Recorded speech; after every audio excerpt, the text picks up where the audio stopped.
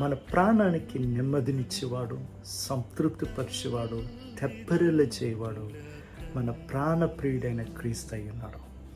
65వ కీర్తన 4వ వచనంలో, నీ ఆవరణములో నివసించినట్లు నువ్వు ఏర్పాటు చేసుకొని చేర్చుకున్నవాడు ధన్యుడు, నీ పరిశుద్ధ ఆలయము చేత నీ మందిరములో మేలు చేత మేము తృప్తి పొందుచున్నాము.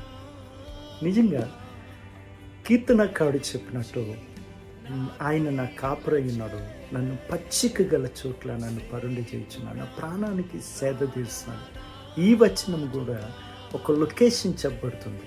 తన మందిరములో, తన ఆవరణములో మేలు చేత మనల్ని తృప్తిపరుస్తాడట.